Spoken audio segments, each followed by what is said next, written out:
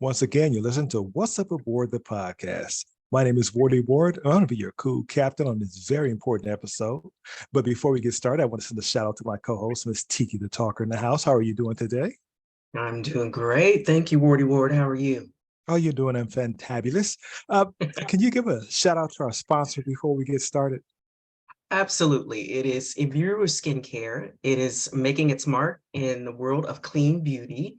It's a 100% organic, plant-based skincare line, and it's good for all skin types, men, women, teenagers. And the website, check it out. It's www.skincare.com. Don't forget the skincare part, imiruskincare.com. I do think we're starting to have them promote men products too as well. Absolutely, yes. Yes, it's for men's needs too. Okay. All right. Got to be fair to everybody. Yes. As everybody know, our motto on the show is everybody has a story to tell, but we just want to know yours.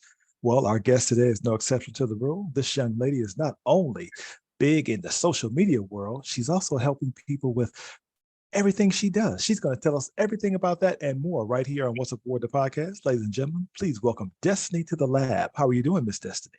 Hey guys, what's up? I am doing great. I'm Destiny. I also go by iDestiny, my artist name. And I consider myself a serial creative. That is a person who has done a bajillion creative things under the sun to be able to make income, to be able to survive out here in these LA streets. LA born and raised, was born in Santa Monica, moved all around LA, Ventura County. Now I'm back here in LA. So I've been here pretty much my entire life. So just creating and collaborating with people, working on different projects. I just love being able to kind of change up and do different things every day. Wow. Now you said you bounced around there. And I've been to California a couple of times, didn't really get around. So it's huge from what I saw. Yeah. So let's talk about what's important to you. What are you doing now? How are you benefiting the community? What's your area of expertise? So, being a serial creative, my sense of expertise in a way is just all things creative. And I have this thing. It's like I'm a jack of all trades or a Jill of all trades. Yeah. I'm not really a master of any, but it's just I know enough of a lot of different things to be able to put together kind of large scale projects and kind of fluidly move from one thing to the next. So the thing that I'm currently working on right now is I started a boutique media company called Sailing in the Desert. This is years ago, where I could help up and coming creatives who really didn't have a budget be able to put themselves out there and really compete with other people in the entertainment industry. So whether that be videography, for them, photography, helping them with behind the scenes, helping them build websites, styling. Wow. So it's one of the things that I started helping my friends out with that were artists and kind of building on top of that. But recently, now that I have kids, I've been wanting to start this thing. I really wanted to create a workshop for young people who eventually wanted to go into the entertainment industry. Now, for me, I'm currently in the Valley, the San Fernando Valley, which is kind of like a little bit of entertainment hub. A lot of people that are in the entertainment industry live out this way and have kids that go to school out here and that are in performing arts projects and wanting to be in the entertainment industry, whether that be singing, acting, dancing, whatever. So I am starting a workshop called Sales Off Workshop as part of Sailing in the Desert that would really help young creatives learn what it's like in a 8-hour day on set, but squishing it down to like an 8 to 10 minute kind of moment of chaos in a workshop. Yeah. Wow. I'm curious to know what that looks like. You said 8 to 10 minutes. So they're not really, well, just walk me through it. What does that look like? Okay. So the Sales Off Workshop is essentially taking all the crazy things that would happen in like an 8 to 10 hour day on set and squishing it down into like 8 to 10 minutes of chaos. So this would be everything from having to change choreographers at the last minute, having to change wardrobe, you getting maybe fired from your position, getting put in a different position. All of a sudden you're a dancer, now you're the lead, you're the actor. So it's very improv based and taking these young kids and putting them in different roles and rotating them through roles in that period of time. Wow. So that's pretty intense. So what do they do the rest of the time? So after them 10 minutes, what do you do? Or you kind of lead up to that whole thing? Yeah. So initially, when we first start the workshop, I kind of give my spiel a little background on how I ended up in all these different positions in the industry, whether it be networking to get from one gig to the next, being hired for one position and then having to do something completely entirely different. So I talked to the kids a lot about that and kind of how you do that. How do you network? Kind of how do you kind of make friends in the industry? What they can expect in a day on set. And then from then, I kind of group them and do a mini audition and put them into different roles. You're going to be the choreographer, you're going to be a dancer, you're going to be, the lead singer, you're going to be the lead actor. And I hand them out these roles, give them a moment to kind of figure themselves out. And then we start the timer and just go at it. And from then on, I'm rotating people in and out and, kind of giving them different tasks to switch and kind of think about. So it's kind of cool for them to have to collaborate with each other and figure out how to get things done on set. Yeah. Is that overwhelming for people? I'm sorry. Is that overwhelming? No, go ahead. Okay. Oh yeah, but I feel like for kids, it's definitely, really fun because for them, it almost feels like a game. Okay. But in reality, this is what it would be like on set, just in a way longer period, like 8 to 12 hours. So is this something that they can just stay part of, or is there some kind of like, okay, you graduated now, or they just stay in the program and keep learning as long as they enjoy it? Right. So this is a workshop that I'm bringing into different schools. So this is kind of like a one-time thing, like maybe once a semester, I would go to that specific school and do the workshop. And it's like about an hour and a half in its entirety from me, speaking to them, kind of giving them what it's like to be in the industry, my experience, all the different kind of gigs that I've had, and then having them do this workshop and work together. And then just getting feedback from them, how did you feel having to do this and that? Is this something that you want to do? And kind of, getting their response and having them ask questions. Yeah. Interesting. How long did it take to get this started before this took off? So for me, I started kind of brainstorming this idea back in like October of last year. So we're in the testing stage right now with our guinea pig students before we put it out to, larger scale schools and things like that. So started in October, kind of been coming up with the curriculum over December, beginning of January, it was like, okay, let's put the page together, like let's launch, let's start talking to schools. So the curriculum is going to launch, full scale with me being in schools, probably like middle of February. Okay. Wow. Yeah. So how did you get involved in this? Because that seems, I know it's tough to do things with schools, so you got to be connected to be able to get in schools. Well, actually, where I started was dance studios. So now I'm starting to branch off and, start talking to schools about, getting on their schedule. But this is actually something that I was very familiar with growing up because my mom did the same thing when I was younger. Okay. On a smaller scale. So my mom was a professional dancer in the industry for years. And around the time when I was in junior high, she decided like, I want to do like a side business. That way I can kind of quit my 9-to-5 job. So she started going to high schools and pitching the idea of like, I'd like to come and teach a hip hop class to your, during your after school program. So she went from school to school and, by the end of it, she had like 15 to 20 schools on her roster that she was traveling to and doing regular dance classes weekly at these schools. Oh man, that's kind a of nice like little recipe that I'm perfecting and making my own. Yeah, that's amazing. Okay, so you said your mom did that. What about your dad? What was his background like too? I'm sure he had some influence on you as well. Yes, so my dad, he was actually a professional opera singer, professional jazz singer in the industry. And that's how him and my mom met. He was auditioning people for a gig that he had, and that's when he met her.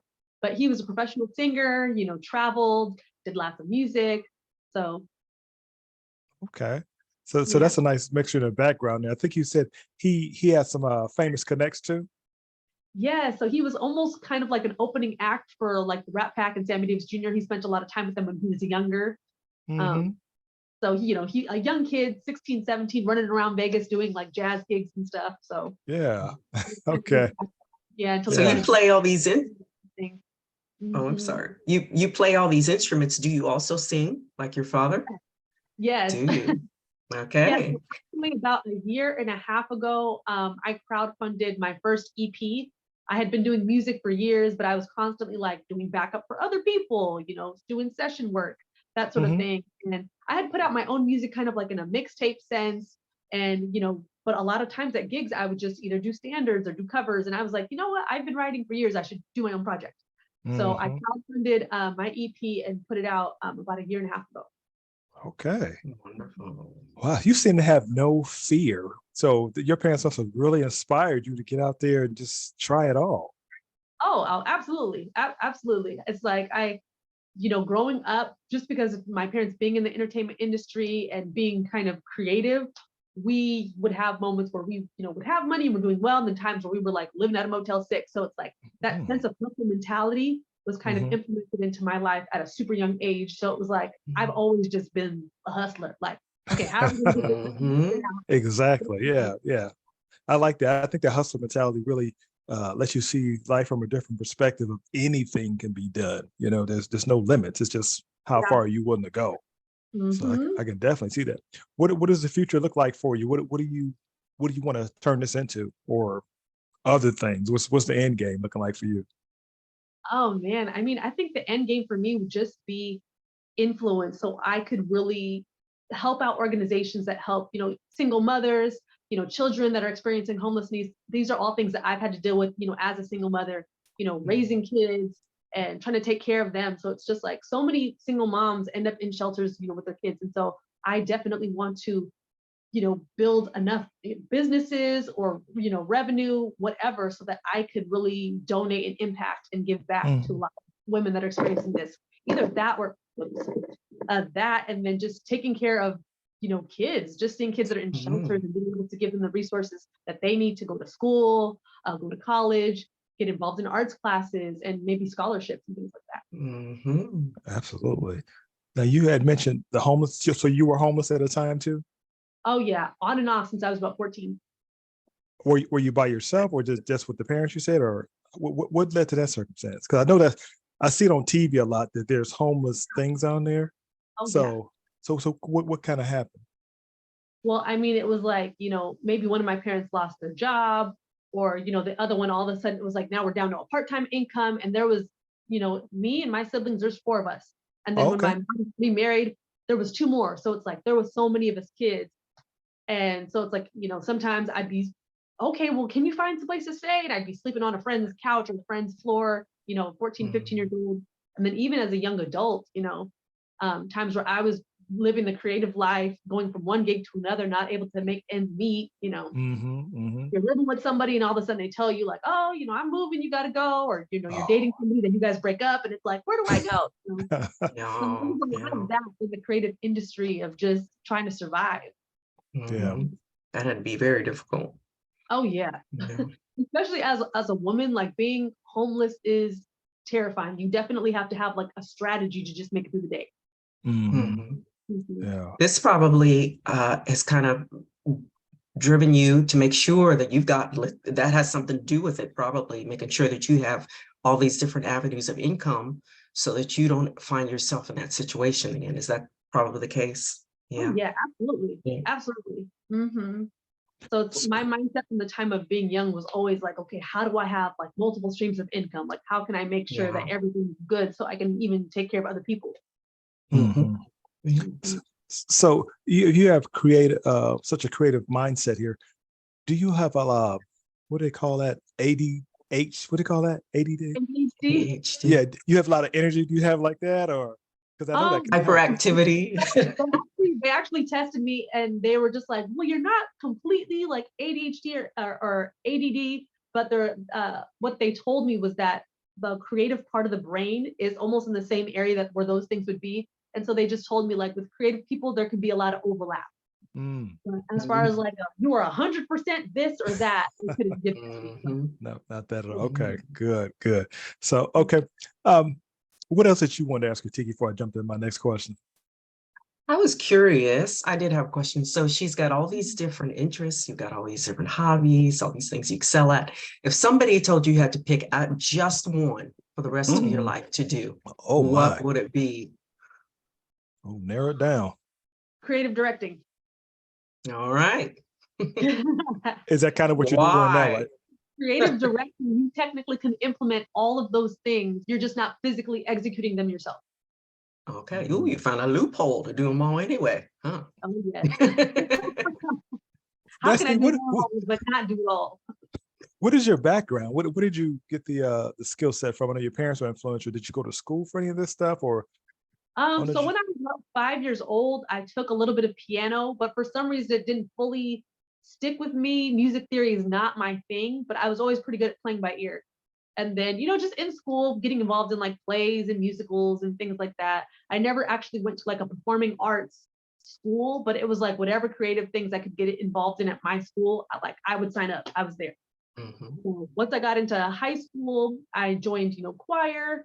And by my senior year, I had, finished all of my classes I needed to graduate. So I literally just took 4 periods of choir and was teaching the youngest, the freshman choir class by my senior year.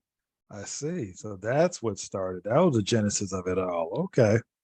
Oh yeah. I mean, it was part of that. And then also just, growing up, constantly not knowing where, money was going to be coming from. So a lot of people from church had donated like us clothes and everything. So I was upcycling and sewing clothes and, helping people put on productions and here's some outfits I made. And, so it's always with music and clothing. So, so you do make some clothes too, right? You kind of make your own thing? I think I saw that. Yeah.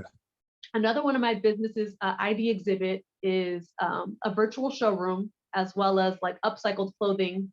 So I worked in fashion for a little bit, and when I was working in fashion, I ran the showroom where it was like, celebrities would come and pull things for, the Grammys, the Super Bowl, whatever.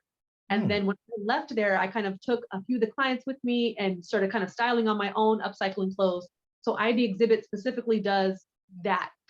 Clothing rentals, pulls and, purchases of upcycled, recycled clothing.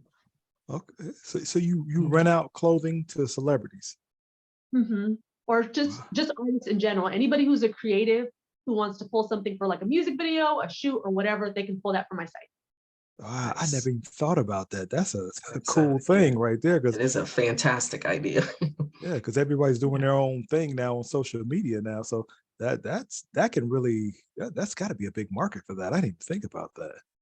Yeah, I mean, most of my friends being in LA are creatives that are doing, projects, whether it be an indie film or music video or photo shoot. So as part of Sailing in the Desert, when I started that media company, I was like, people keep asking me to style.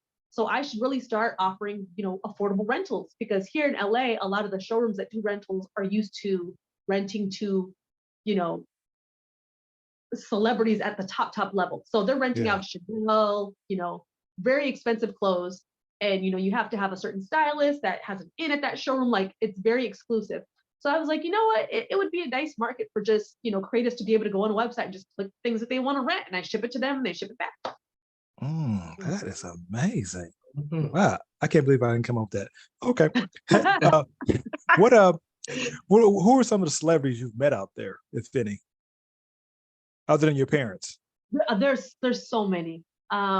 Just common out there. Yeah, well, I mean, I was in a Nicki Minaj music video. I was in Chris Brown music video. That's where I know you from. Okay. Yeah. So you were dancing in those videos and everything? Yeah. Which one, so I can look them up? Okay, so if you look up Nicki Minaj and French Montana, the Freaks video, I'm one of the dancers in the background. Okay. Yeah. Wow. What's the other one? The other one is Shots Fired with Jamie Foxx. Was Tank in that? I think Tank was in that. Tank, Chris Brown. I'm like just one of the club people, so it's kind of hard to see. Yeah, okay, but I can still go in there and say I know her. Yeah, tell everybody. Yeah, okay. Yeah. So how does one get on a video? I mean, me being in the Midwest, that doesn't seem realistic to me. I mean, how it's going to be at? Wow. Well, so interesting things. This is also part of the workshop that I talk about, is how you end up in music videos and different things like that. I actually have talk about that on my YouTube channel. But for the Nicki Minaj music video, I was actually staying with a family friend of mine, and he was in film school, and I was just like at community college. And to stay with him, he was like, well, if you're not going to be paying me rent, can you help me on set? He was trying to get his name out there, being a lowly intern and, at film school. And he said, well, I just need some help on set. I'm like, okay, that's fine. So I'm helping him look up, dancers and models for the shoot. They make the interns do all like the grunt work. So I'm helping him. We get to set, and the director's like, half the girls didn't show up. We need girls or whatever. He's like, oh, well, my friend's here. So he said, you got to dance the clothes, just put her in something and put her out there. She's a dancer. And that's how I ended up that music video. I was supposed to be helping with that, but I ended up in the video. So that's what you tell the students to be prepared for anything. You got to just be.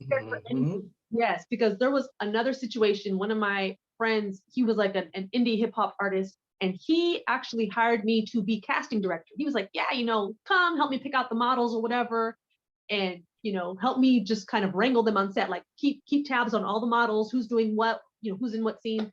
And at the last minute, the lead girl flaked. Half of the dancers didn't show up. And he was like, I need dancers.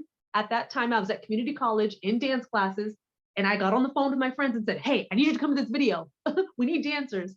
They showed up, and then they made me the lead of the music video. And then I brought the dancers, and the director goes, hey, can you guys put together some dance moves? So I helped like choreograph it.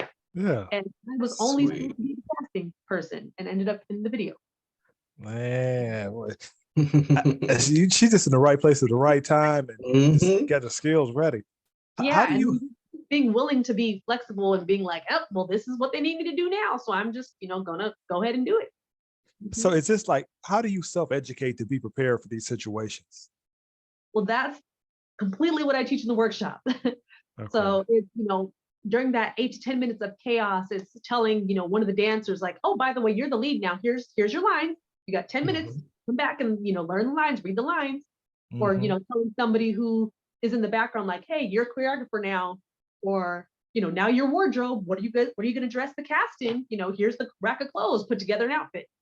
So having that flexibility and making that part of your life and your routine, always being willing to keep learning, learn different types of creative positions that you're not used to, learn terminology. It all helps. It all works together. Wow. So are you interested in doing movies or television as well for yourself, or you just want to just kind of keep helping out the next generation? Yeah, I mean, for me, acting has never really been something that I saw myself doing. It was like, I was a professional singer and backup dancer from the time I was like 12. And then from there, I kind of transitioned into videography and creative directing and, kind of being on that end of things. And I just really found the fluidity of that really, really fun, and just being able to work with all different sorts of creative people and bringing them together. Yeah. What would you say something in your industry that you don't like? Is there any challenges to this field? Oh, yes. I mean, professional backup dancers almost like they rarely ever get paid unless they have a key dance position. Oh, wow. I did not know that. But if you're a video girl or a background person in a music video, most of the time, like, you don't get paid unless you're with an actual agency that's sending you to be like the lead in a certain position. So I guess you got to start somewhere then. Yeah. So it's just putting yourself out there to be seen, hoping somebody will see you. And yeah. Yeah, either that or, I've seen a lot of dancers that were my friends. They do music videos, but, obviously they don't pay a whole lot. So to supplement their income, they go and they teach dance classes. They go and they teach, at different dance studios or at schools or, whatever, or they do private lessons and things like that. So. Yeah. What advice do you give people who are brand new to this industry? Be flexible, network with everybody. Don't just focus on the celebrities. The celebrities, it's cool if you get in cool with them, but they're not really going to bring you jobs. It's the people on set that seem like the lowly intern. It's the people on set that's like, the gaff person, the person holding, the person at the crafty table, even, just all the people that seem like the little ants on set. They are on set 24/7. So network with them, and they're the people that are going to help you get gigs. Yeah. Wow. Okay. Yeah, there was a guy that I met on set. Me and him were just, talking. He was one of the background people, doing wires or something. And me and him started talking. He's like, yeah, I like your energy. Let me get your number. I think I'm working on set. And ever since then, like, he would always just text me gigs, and I ended up with, booked a lot because of just talking to him on set. He wasn't Was that something you figured? He wasn't a camera person. He just, was always on set and was like, hey, if we ever need anybody, I'll give you a call. I said, perfect. Nice. So is that something you figured out on your own, that these are the people that are really going to help you, or someone else gave you a tip to pay attention to, reach out to these people, or it's just something you figured out? it's just something I figured out. Just it's like, you're on set for 8, 12 hours. You just start talking to Mm-hmm. people. There's Yeah. people that are very standoffish, like, oh, I'm a model. I'm not going to talk to anybody. I'm like, I don't care who you are. If I'm bored, I'm just going to walk up and talk and be like, hey, you want to sit down and have lunch? Like, and Mm-hmm. just meet Yeah. people and it comes back to you. Yeah. So you have a very outgoing spirit. Have you always been like that? No. So I am actually an introvert. I like a lot of time to myself. An introvert. My Wow. necklace literally says solitude. I like a lot of time to myself, hence me not doing a lot of like backup dancing anymore or things like that. I like to be kind of in my creative directing zone where I have all the notebooks and I'm, writing all the ideas down and then I just give it to somebody else and let them kind of run with it. Mhm. Yeah. So you're okay being behind the scenes as long as you're Oh, running things. absolutely. Yeah. Yeah. hmm Okay. I love like the whole like videography, creative directing, photography. I like that whole thing. So Hmm. What's something that you know now about your field that you probably could have helped you out initially, that could have catapulted things? It was something like, oh man, I can't believe we spent all this time doing this way, but I should have been doing that. Was there any of those moments? probably tons. And I'm trying to think what now. Mm, I would say I wish I would have documented more Mm, because I feel like when I first really started in the entertainment industry, like social media wasn't really a thing yet. mhm, Up until I got to high school. And then after that, it was just kind of like all we really had was like MySpace and Facebook. There wasn't like, oh, Instagram stories and videos or whatever. mhm, But it's looking at dancers now, they have so much footage of them just even doing rehearsals and just hanging out and going on to auditions. But it's just like my Mm-hmm. generation, like us millennials, like we really didn't have that until like probably the last 5 to 8 years. mhm. So you remember MySpace? Wow. That was junior high for me. Okay. Wow. Okay. I just because Tiki still has her MySpace page active, so I was just wanting to make sure we talk. I log into mine and I go look at pictures. Do you do that sometimes? And be like, wow, that's what I used to look like back in the day, or this was an interesting Uh-huh. thing that I did. Do you ever do that? He's joking, actually. I never had MySpace. Okay. I'm Okay. I'm not ashamed. I don't really go on it, but every once in a while, every few months to year or two, I log in just to see old stuff. Is it still Yeah. up? I didn't even know they still had it. Wow. Okay. That is amazing. So okay, another thing I want to ask you about with this high energy, I think you said you were married before. Mhm. How did you meet your husband doing so many things when you were married? How did you guys meet? We actually met at church camp when we were in high school. Church camp. Uh-huh. Okay. You A knew little he was summer the one camp. then. He had his Bible, and you said, he the one. Him. No. So actually, he was the one who wasn't paying attention, and I was like, okay, I need you to get it together. And Right. he was trying to argue with me. Yeah, he wasn't with the program yet. So He wasn't. He so wasn't. He you wasn't in the program. so what you do, like walk past him 2, 3, 4, 5 times till he saw you? No, I was sitting next to him actually, like, because I was in the little leadership row, and Uh-huh. he was sitting where he wasn't supposed to be sitting. Mm-hmm. And yeah, and the pastor was like, "Okay, everybody get together in groups and pray." And I was like, "Oh, I gotta pray with the one person that don't even want to be here." Okay. Oh, the rebel. I was a Yeah, rebel. yeah. And then you eventually wore him down, or he wore you down. I'd say, and then He wore me down. He would not leave me alone. He would not okay, leave me alone for life. yeah. So what did you get? You say, can I ask how old you are? If you don't want to tell me, you don't have to. 33. 33. So As of 3 days ago. oh, that's right. You did tell your birthday's coming up. That's right. Okay. So tell me this. What takeaways did you get from marriage? How did it change your life or help you or awaken you in any way? Wow. Well, I mean, for me, I had consistently been in relationships on and off from the time I was like 13, 14, all the way up until I got married. Hmm. So after being married and being divorced, it was kind of like, okay, I really love to spend time alone. Like I Mhm. really love being there for myself and romancing myself and, going out places by myself. Once a month I do like I'm a free mom. I can go out and I go to a concert or I take myself to dinner. And it's just Wow. like, after having to lean on somebody for so long, it's nice to kind of have that freedom and that sense of independence and realizing who I am and the giftings that I have. So how is that going? I've never dated myself. I probably should. Do you feel kind of awkward being out there by yourself, or how does that Oh, work? not at all. So it's interesting because all throughout, high school, junior high and high school, I was always, very introverted. I would sit and eat lunch by myself all the time. And so after being married, finally, being divorced, it was kind of like, wow, like I remember I used to actually enjoy this, when I was in high school, kind of sitting by myself and eating lunch and just being in my own thoughts and being able to, reflect, a lot of introspection. And it's just great, not having to coordinate with somebody else and, oh, well, what do Mhm. you want to do? Well, I like Thai food. You don't like Thai food. You Oh, like this man. kind of food. Like, you just do what Mm. you want to do. Yeah, that's an Yeah. ongoing argument that all couples have. What to eat. I could Right. tell you some stories on that one, but so uh, how did you feel? I'm a survivor of divorce myself, and Mhm. I kind of felt, I don't know, I kind of felt like a failure. I felt like everybody knew, or Right. how did you deal with that? I mean, and what do you tell the kids?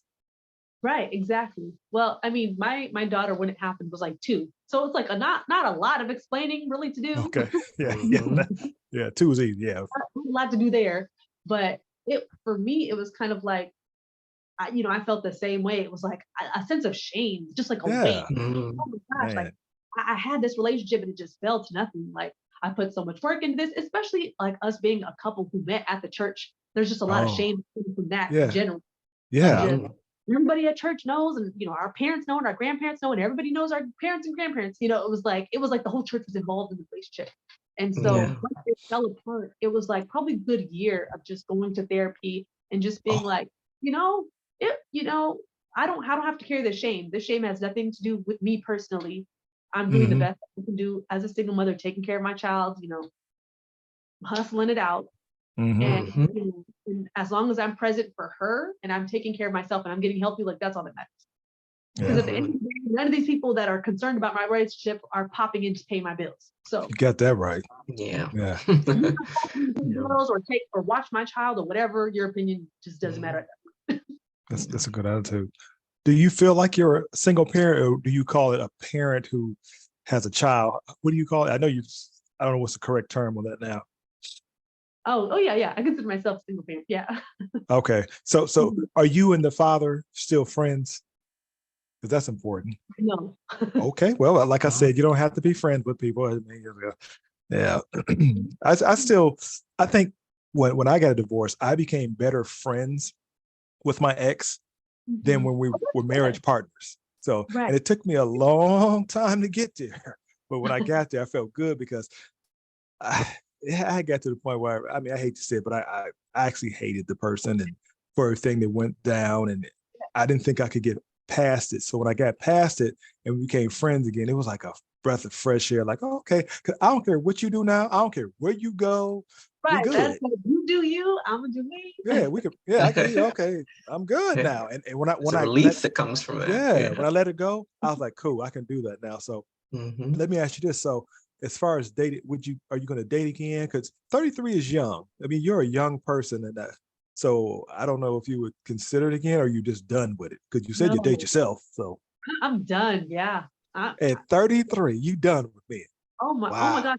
Really? Well, because I mean, like I was saying, like I've literally been on and off in relationships since like junior high.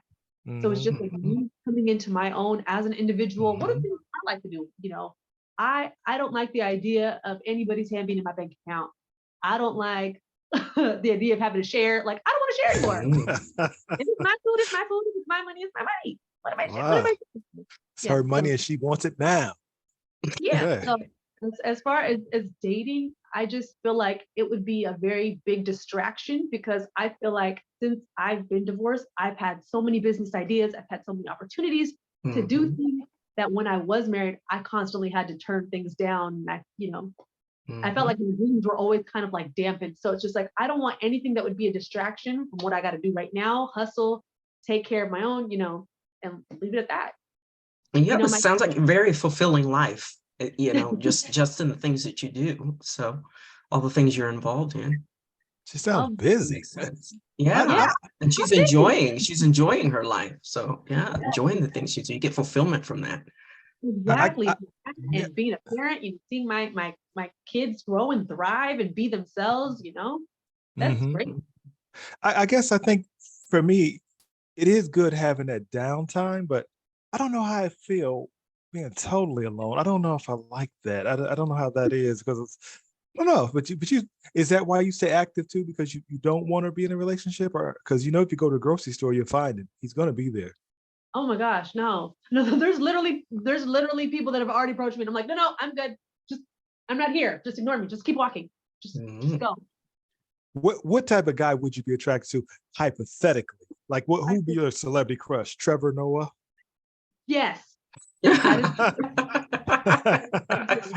What about him would you like? He's probably busy like you. yeah. I like that he's very intellectual. I like that he's very into inclusivity. Oh, You yes, know, he is. You're right. yeah. I like You how you must. he advocates for all different sorts and types of people. Uh-huh. Um, I like, he likes travel, things like that. Did you read his book or something? You know a lot about him? Kind of. Well, I've watched his stand-ups and his Yeah. the show that I does he still have that show? It just went off in December. It's the show is still on, but they have guest hosts now. But it was Okay. the Daily Show. But yeah, it's still on. He's touring again. He just said he want to take time to do some stuff. But Okay. I did read his book, and it's probably one of the best books I've read. It's up there with Will Smith's book and what's her name? Octavia Spencer, that one lady. I think no, not Octavia. What's that other Of lady? Viola Davis. Yeah, Viola Davis. it's up there with that. And he grew up She's dirt poor. Viola. Yeah, he was dirt poor, and he made it. And I was like, to know where he came from. That's why he's such a caring person now because he Yeah. had literally nothing.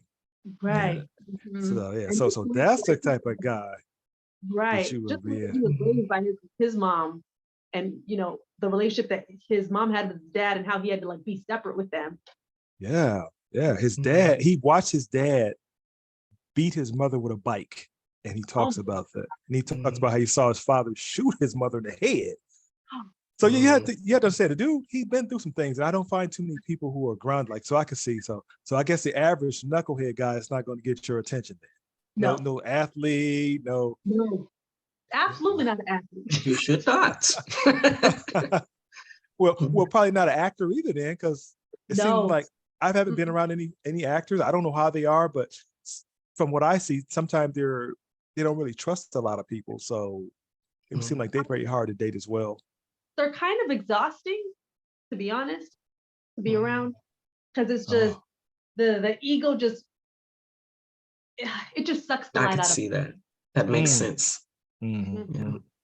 Okay. All right. Well, let's move into our second part of the show because I know you're in a time frame. But is this called rapid fire or getting to know you question? Just ask you a few questions here. I have a few. Do you want to go first, Tiki, or shall I just go first?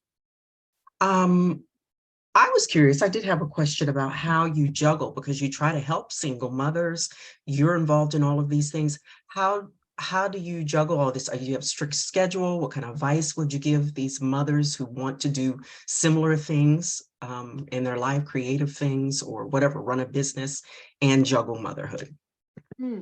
Well, for me, like just from jump with my daughter, even when I was married, I got her on a strict schedule from the time that she was born. It was like, okay, sleep schedule, eat schedule.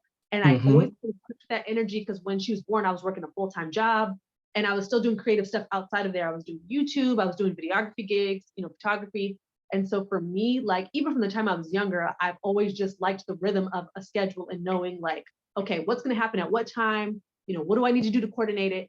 And so for me, what I tried to do, even with my businesses, is I really wanted to implement giving back and just a sense of care, like into all of aspects of my business. So it's Hmm. like, I really wanted to Okay. help artists. How do I help artists? That became my business structure. Okay, I have the clothing rentals and that brings in money, but the purpose of it is to be low cost, and easy and accessible for them. Then it was like, this is clothing, how do I give back? So it's like with every purchase, a percentage goes to, shelters that help women and children. So it's like everything is built into the foundation and structure of my business, so that no matter what I do, it's giving back in some way. Right. Okay. If you moved from California, where would you go? What other place would you live at besides California? I know the cost of living is so economical there, but where would you live? I loved Morocco. Oh, you been there? I loved it. Okay, yeah. My daughter wants to go there. My daughter wants to go to Morocco. It's beautiful. It's beautiful. I'm sure it is. Great. I can see you doing that too. Where all have you traveled? I've traveled to almost every state in the intercontinental US except for like the states that are in New England. Wow. Yeah. Your parents just was taking you all these different places, or that were on your own?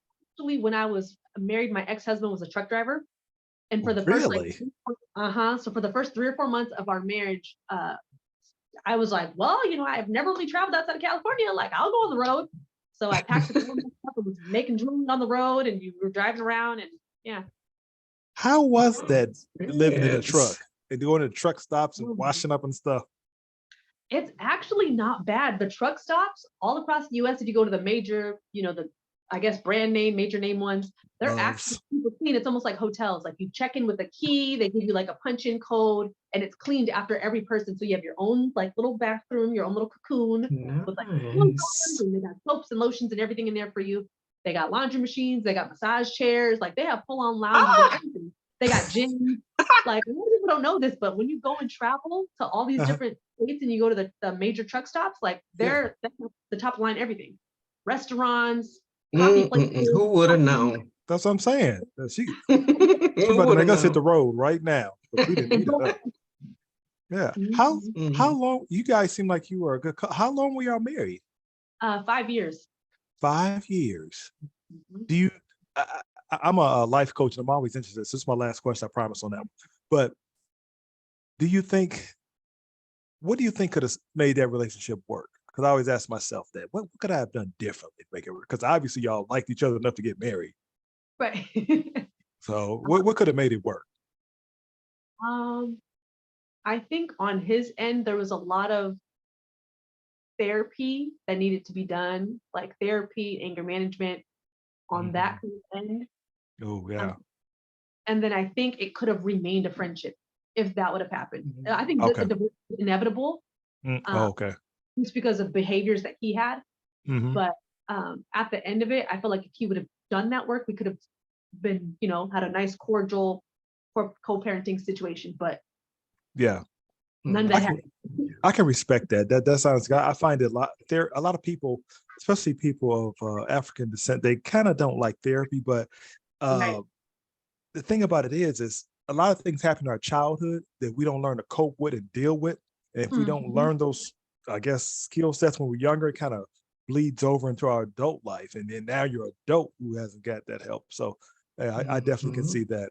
Something else I probably would say that could have worked out, but you're right. Yeah, we got to get ourselves together. Okay. Right.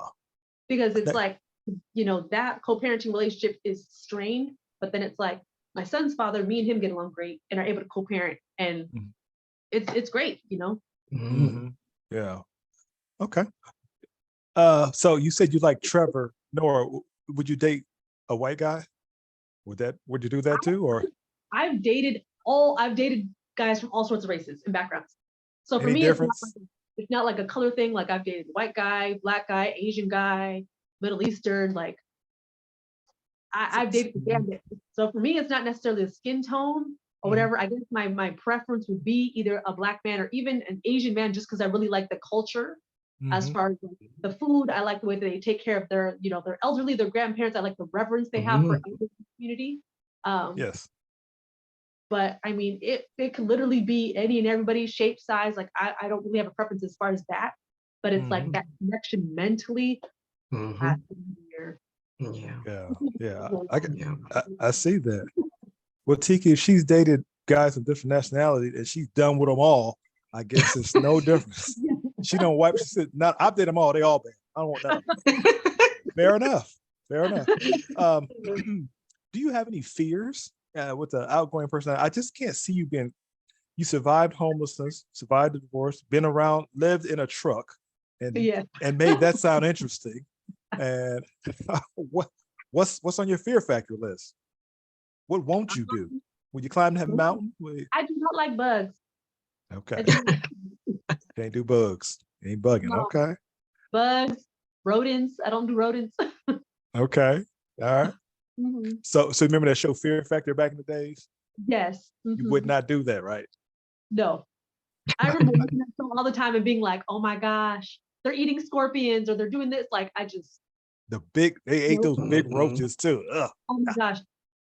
Nope. Mm-mm. Yeah, that's a no for me. Okay. Next question. You have very long hair. And I see you flat ironed it before and it was like even longer. Uh-huh. What's the upkeep of that? How do you do that? Very, very minimal processing. So around the time I graduated, look, was it high school or maybe a few years into college, I decided I wanted to go all natural. I wasn't gonna put heat on my hair. It wasn't gonna blow dry anymore. I wasn't gonna do none of that. And so I just started using, natural hair products and then just leaving my hair alone, doing protective styles, twist out. Sometimes I do like the long twist. So whatever I gotta do to just kind of protect my hair and not mess with it too much, that's helped it grow like crazy. Yeah. Yeah. Would you ever go short hair? I've considered it now that I'm a mom. I'm like, maybe I should cut a few inches off, but then I'm like, ah. So I don't know. I don't know. I go You back got the and forth. routine down now, Yeah. Yeah. I'm like, why mess with the good thing? Why mess with the good thing? So I Right. don't know. Yeah. As of right now, it's working fine. Yeah. How do you feel about makeup? Are you a makeup girl or no? Kind of. I like more like natural makeup, stuff that's easy and quick to put on, that goes with my schedule. I don't have an hour to be in the mirror doing all of that unless I'm going to like an event or red carpet event or whatever. Other than that, on the day to day, it's just simple makeup that I can easily kind of pat on with my fingers and be out the door. So you don't put that little eye wing thing on, that little. Oh, I do have it. Oh, That okay. takes 2 seconds once you get the rhythm of it with the rest of your routine. I'm still trying to get the rhythm of mine. One wing just doesn't cooperate. It's always my right wing. Right? Always one. I always tell myself, I'm like, well, whatever. Put your hair down and kind of cover your face. No, She good. She good. Just keep squinting a little bit on this one. It's just optical illusion. Yeah, turn your head like that when you're talking. I saw one girl, she had 2 wings. I said, oh, that's really cool. I never seen that. But well, now they got the little stamps. You just, rub a little stamp on and just pluck it on. Really? There you go. Give me 3 books or 3 movies you would recommend. Oh man. 3 books. The Count of Monte Cristo is always like top of my list. I love that book. I've read it almost every year since I was like 13 or 14. I can't read the same book twice. I can't do it. Once I've read it, I'm done. It's stuck in there. I can't watch the same movie twice. But go ahead. It's a novel and it's so detailed. I feel like every time I read it, something new jumps out to me. Okay. But I loved that one. And then, gosh, it's so hard. I literally have bins of books in my apartment, like just because I like paper and I like to highlight things. But that me one, too. That one probably stands out to me the most right now. Okay, tell you what, we'll keep that one there. Give me your best movie you ever saw then. Oh, best movie, Ashes and Snow. So Ashes and Snow. So it's kind of a movie, but it's kind of like part movie, part documentary.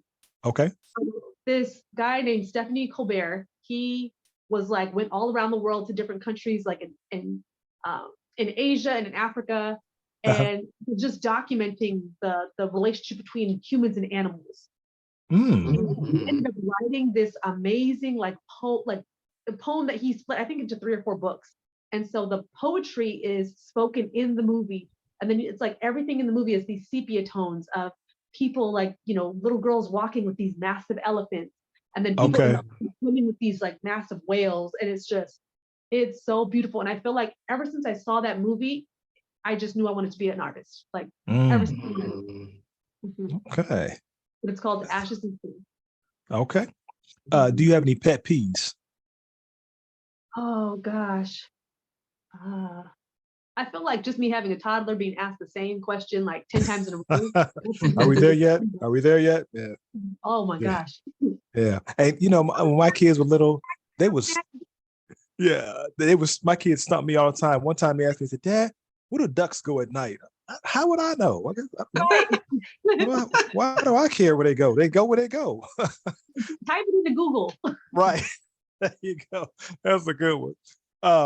My last question is, you had mentioned too about, I believe I was looking at your TikTok, you said something about a cult. What was that? Like you said you stayed in the cult, or I don't know what that was. I didn't really get Yes. it. So actually, I was in a religious cult from the time I was born until I was like 12, and then my family kind of escaped from there. Okay. So recently, one of my friends who's been writing blog posts against the cult for years, that she was in it as well. Mhm. She recently got an organization together to bring like forth to light everything that they had been doing, and they have a lawsuit that's pending right now, which is amazing. Wow. Mhm. Okay. I didn't. I guess I've heard about them. I guess I didn't really know if they still did them now. So you guys got away, so that's good. And I'm Mhm. glad you guys are. You seem well rounded, so I guess it didn't hurt you. You were age. How long were you in there? 12 years. My God.